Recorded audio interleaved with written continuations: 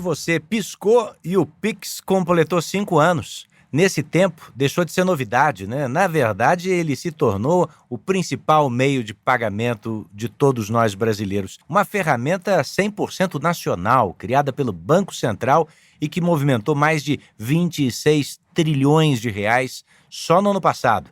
Sabe quantas pessoas estão envolvidas no Pix hoje? 170 milhões de usuários adultos. Bom, e com essa ferramenta vieram inovação, inclusão financeira, redução de tarifas, mas também um bocado de falha, de golpe, um desafio que cresce junto com a tecnologia. Então eu te convido a conversar conosco sobre esses 5 anos do Pix, sobre essa evolução e sobre como enfrentar os desafios que são crescentes.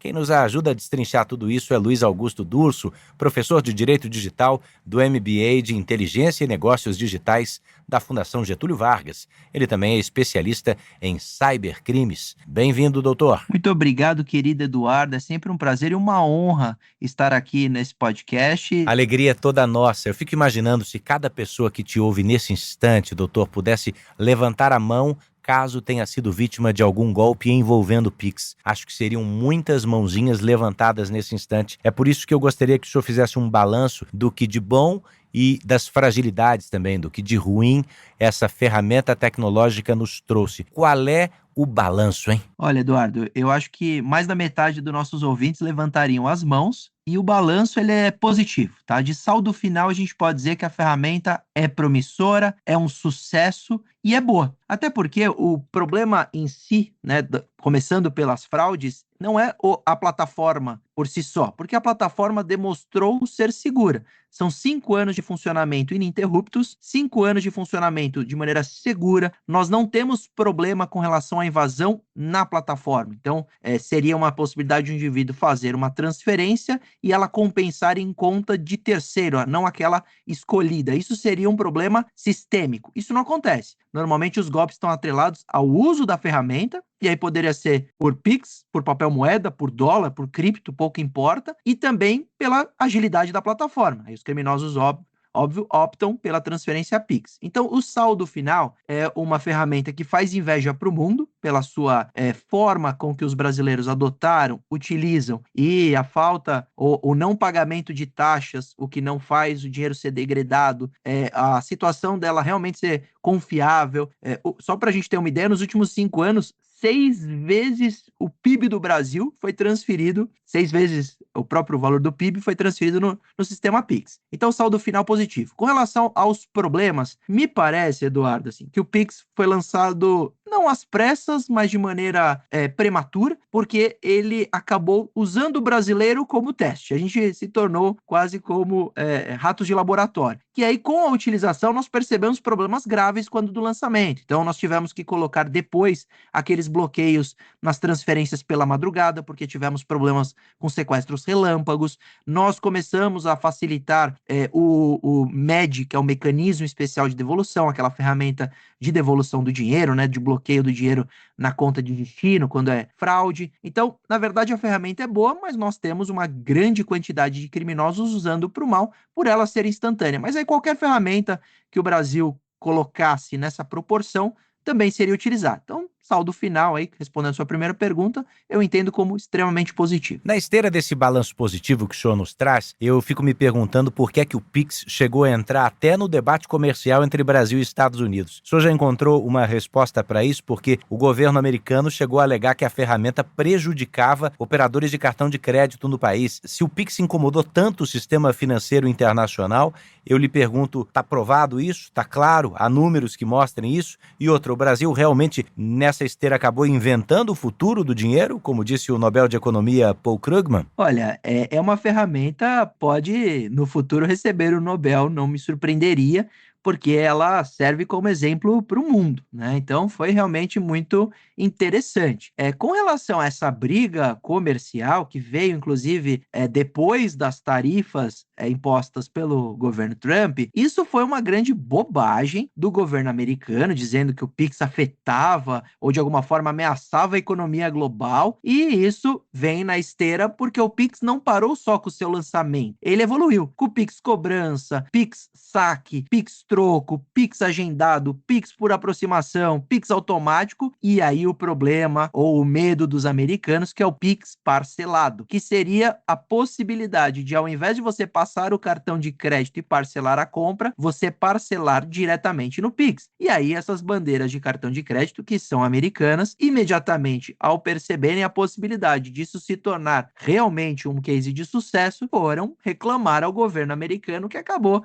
na onda de um desacordo, inclusive institucional, do governo brasileiro à época e o governo americano, criticar esse sistema como um todo. Mas eu entendo, assim, que nos bastidores a grande razão que ali reside é que, de fato, essas grandes bandeiras de cartão de crédito se sentem ainda extremamente ameaçados por esses modelos novos de negócio que vêm para impactar esse mercado, competir de maneira quase igualitária, e aí nós teremos uma diminuição gigantesca da utilização do cartão de crédito. O senhor diria que esse Pix parcelado, de fato, tem potencial para se transformar ou para transformar o mercado nos próximos anos, doutor? Porque, de fato, nós gostamos de cartão de crédito, mas o crescimento dos cartões aqui no Brasil, desde o Pix, foi em ritmo menor, né?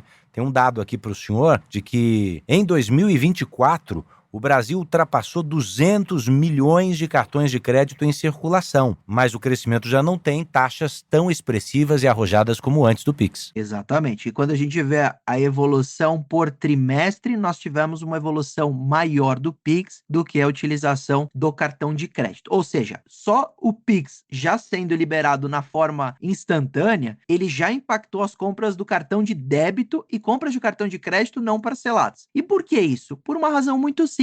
O cartão de crédito, ele degrada o dinheiro, ele cobra taxas, e quando eu te pago R$ 100, você, lojista, recebe 95. Agora, se eu te pago no Pix, você recebe os mesmos 100. E o dinheiro é o mesmo para você na ponta. E isso é muito interessante para o mercado. Então, o mercado imediatamente olha o Pix como uma forma de substituir e se afastar das taxas do cartão. Agora, na análise da aplicação do Pix parcelado, por teoria, maravilhoso. Prática, pouco mais complexo. Eu conversei com muitos economistas sobre essa inovação e eles me explicaram, Eduardo, da dificuldade em você garantir o crédito. Por quê? Porque imagina que o Pix parcelado, ele vai compensar aquela parcela no mês e no mês seguinte tem que ter saldo para conseguir pagar aquela próxima parcela. Se o indivíduo não tivesse saldo, alguém tem que pagar, alguém tem que garantir o pagamento para o lojista final, que é o recebedor. E aí nós temos alguns bancos que já estão se colocando à disposição para garantir esse crédito. E aí, sem dúvida nenhuma, quando a gente fala de garantia de crédito, entra juros, taxas e algum tipo de cobrança. Então, aquela modalidade do Pix isento de taxa não funcionaria para o Pix parcelado. Ótimo. Vamos avançar agora para os problemas, para aquelas séries de mãos levantadas no começo do nosso episódio de hoje, gente que já passou por golpes. Você tem sequestro, você tem engenharia social, tem links falsos, tudo leva a retirar dinheiro da sua conta e, de preferência, instantaneamente, ou seja, via Pix. Há um debate, doutor, sobre a responsabilidade entre vítimas, sempre entre banco e entre o criminoso. Como é que o direito digital enxerga essa questão? Já existe algum consenso jurídico? A gente vai terminar 2025 com um pouco mais de clareza de em que casos o banco precisa me devolver o Pix derramado? Uma pergunta com uma resposta bastante cara aos advogados, que depende. Na verdade, nós temos sim os tribunais, né, a própria jurisprudência vingando uma situação de responsabilidade para as instituições bancárias, uma vez que elas criaram a ferramenta, elas disponibilizam a situação, mas nós temos também a previsão do Código de Defesa do Consumidor da culpa exclusiva do consumidor. Então, quando o consumidor loga no aplicativo bancário e transfere um dinheiro para um criminoso achando que está mandando dinheiro para o filho ou para a filha, você não consegue enxergar imediatamente a responsabilidade daquele banco, até porque ele se precaveu com compliance para que aquela pessoa valide o acesso e ela, usuária, acaba validando. Então, não é tão simples nós enxergarmos a responsabilidade, diferente de um caso em que se limpa uma conta com milhares de reais e aquela transferência é totalmente divergente do perfil de uso de um consumidor, ou quando a transferência ela não tem o bloqueio adequado, porque quando se lançou o Pix, eu falei que nós somos fomos ratos de laboratório, porque eu mesmo falei muito sobre o Pix quando lançado, do problema de às 3 da manhã você conseguir movimentar R$200 mil.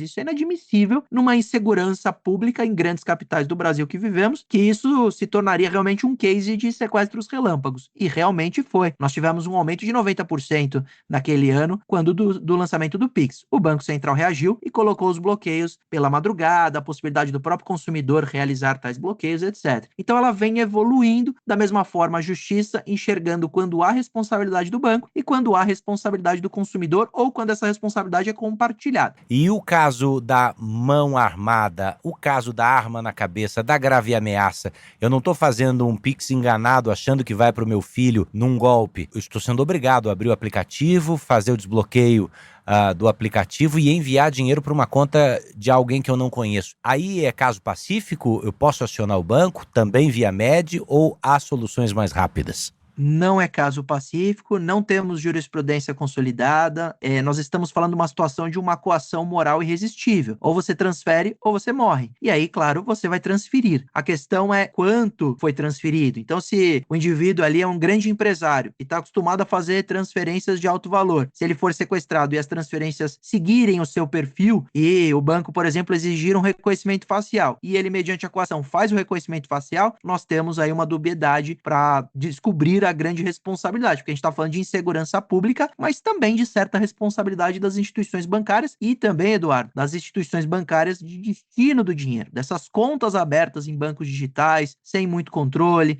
sem muita análise e sem analisar a documentação. Então, nós temos ainda formas de responsabilizar agentes envolvidos nessa questão como um todo, que é muito complexo, mas o que os bancos têm feito para tentar melhorar para o consumidor essa situação, querido Eduardo, é a liberação de seguros. Então, hoje é possível você contratar um seguro Pix, que ele sim prevê o reembolso em caso de sequestro relâmpago, em caso de coação moral irresistível, etc., ou coação de fato. Para a gente encerrar, 3 informações e uma última pergunta. Primeiro, vários países estão estudando modelos parecidos com o Pix. México, Índia e Colômbia são alguns deles. A gente precisa ainda entender a diferença do modelo brasileiro para outros sistemas, mas chamamos sim a atenção do mundo. E por final, que soluções nas conversas que o senhor tem com juristas e com o pessoal da tecnologia o senhor percebe necessárias para tornar o Pix mais seguro para o futuro? Eduardo, vou te responder não só com conversas que eu tive com colegas, mas conversas que eu tive junto ao presidente do Banco Central, quando recebemos, por exemplo, o evento da Associação Comercial, que lá também eu presido o Conselho de Cibersegurança, e nós sempre sugerimos inovações e mudanças da ferramenta desde quando o lançamento para o Banco Central, agora na nova gestão. Uma das ideias que nós temos como